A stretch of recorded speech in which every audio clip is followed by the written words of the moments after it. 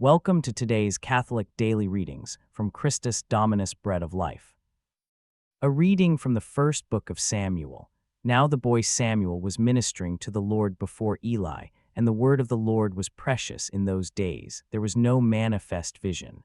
Then it happened that on a certain day, Eli was lying in his place, and his eyes had dimmed so that he was unable to see. And so, to prevent the lamp of God from going out, Samuel was sleeping in the temple of the Lord, where the ark of God was. And the Lord called Samuel, and responding he said, "Here I am." And he ran to Eli, and he said, "Here I am, for you called me." And he said, "I did not call, return and sleep."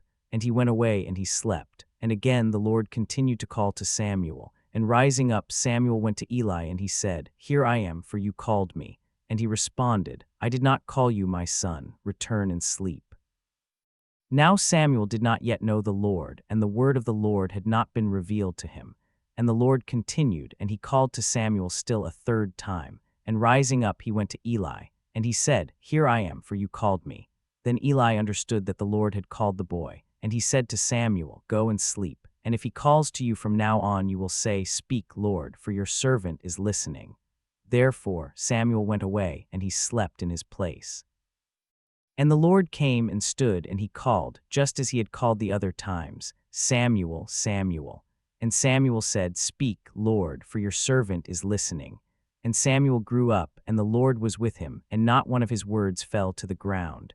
And all of Israel, from Dan even to Beersheba, knew Samuel to be a faithful prophet of the Lord.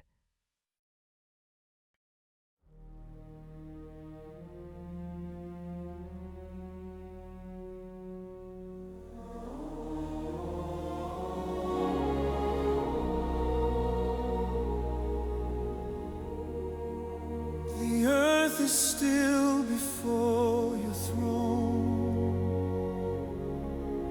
The world is quiet in your hand. I waited for you, and you heard my cry. You bent from heaven and opened my eyes. You broke the chains I could not see. You called my name and lifted me. You asked for more than sacrifice. You asked for all that I call mine.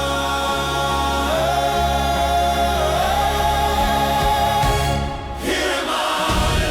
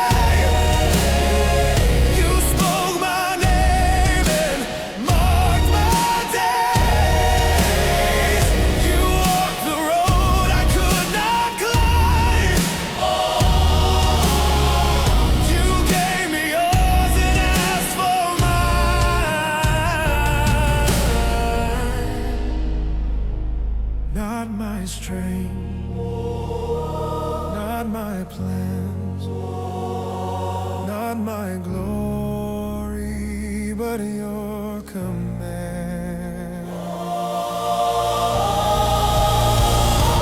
Here am I, Lord, I come to do your will. Here am I, Lord, I lay my life before you still. Here am I, Lord, your purpose is my breath and my song. Here am I, Lord, I come to do your will.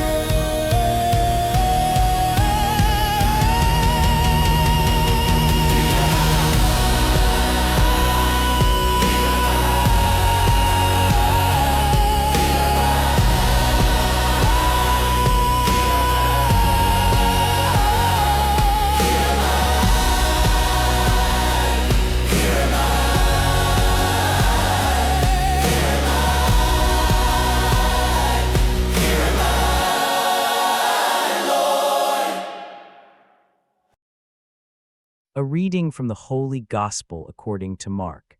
And soon after departing from the synagogue, they went into the house of Simon and Andrew, with James and John.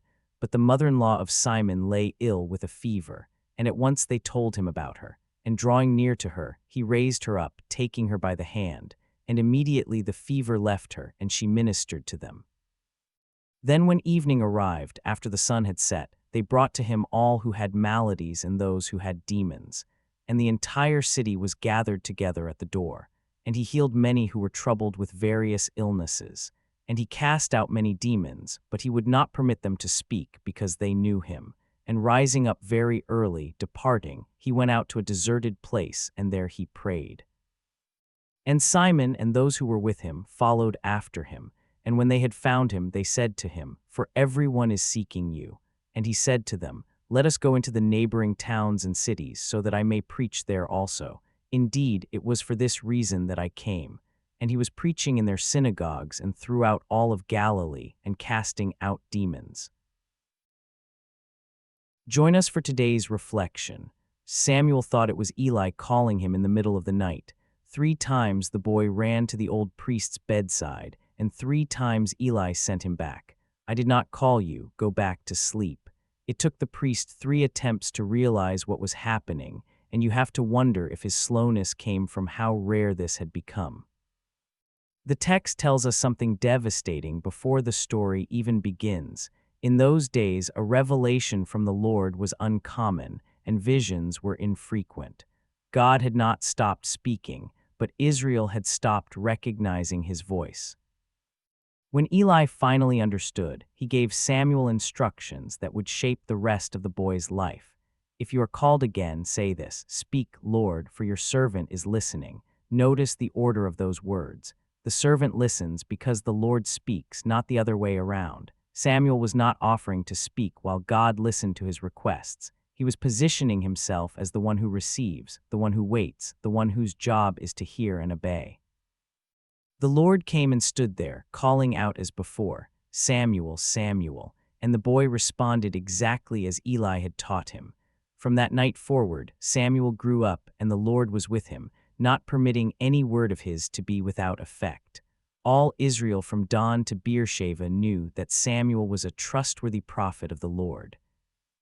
There is something profound happening in this story that we often miss.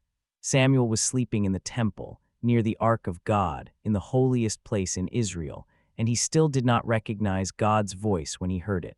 Proximity to sacred things does not automatically produce spiritual perception. You can sleep in the temple your whole life and never learn to distinguish the voice of God from every other voice calling your name.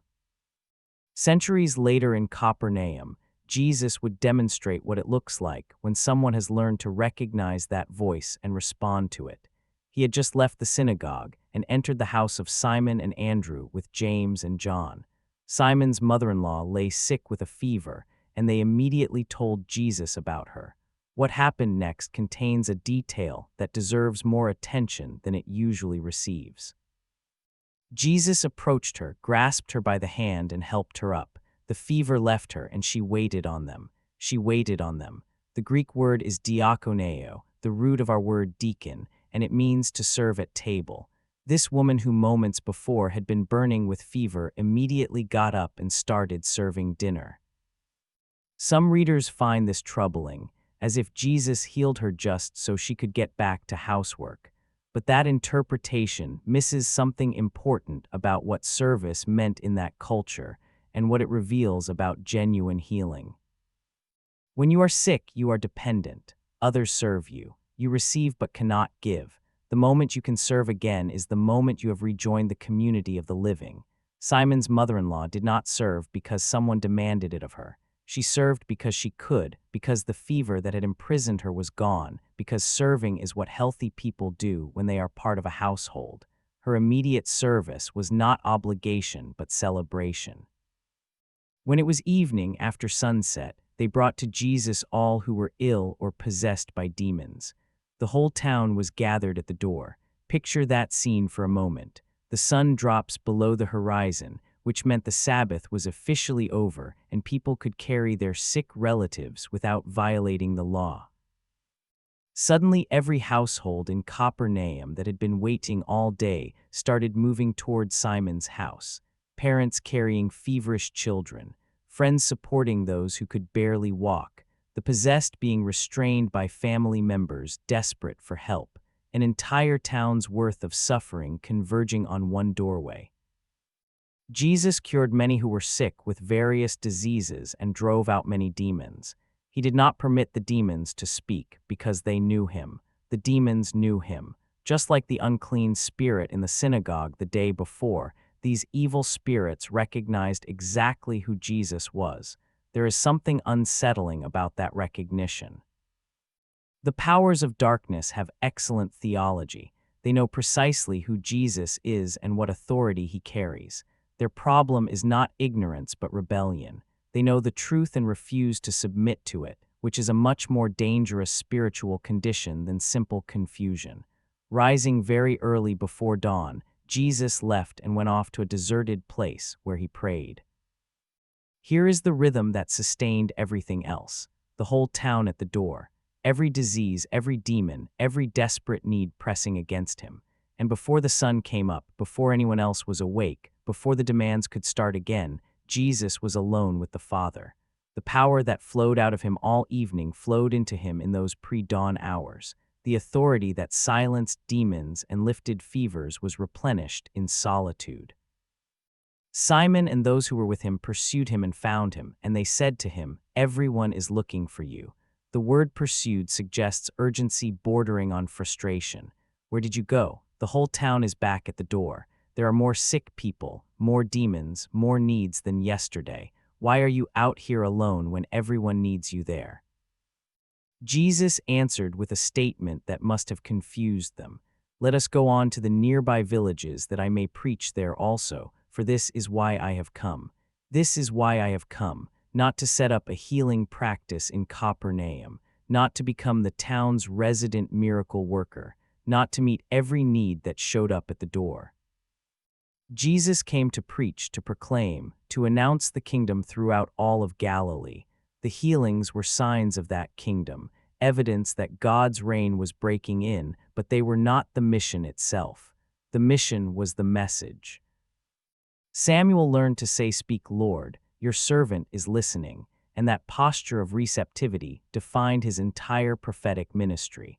Jesus modeled something similar when he withdrew to deserted places before dawn, prioritizing communion with the Father over the endless demands of ministry. Both of them understood that you cannot give what you have not received, and you cannot speak for God if you have not first listened to him. The psalmist declares, "Here am I, Lord, I come to do your will. Sacrifice and offering you did not desire, but ears open to obedience you gave me." Open ears. That is what Samuel developed in the temple that night. That is what Jesus protected in those early morning hours. That is what we so often lack because we are too busy speaking to listen, too busy doing to receive, too busy pursuing Jesus to let him lead us where he actually wants to go. "Everyone is looking for you," the disciples said, and Jesus essentially replied that everyone looking for him in Capernaum needed to understand that he had other places to be. The needs of the crowd did not set his agenda. The voice of the Father did. The expectations of those who wanted more miracles did not determine his schedule. His mission did. What would change in your life if you stopped letting the crowd at your door determine your priorities?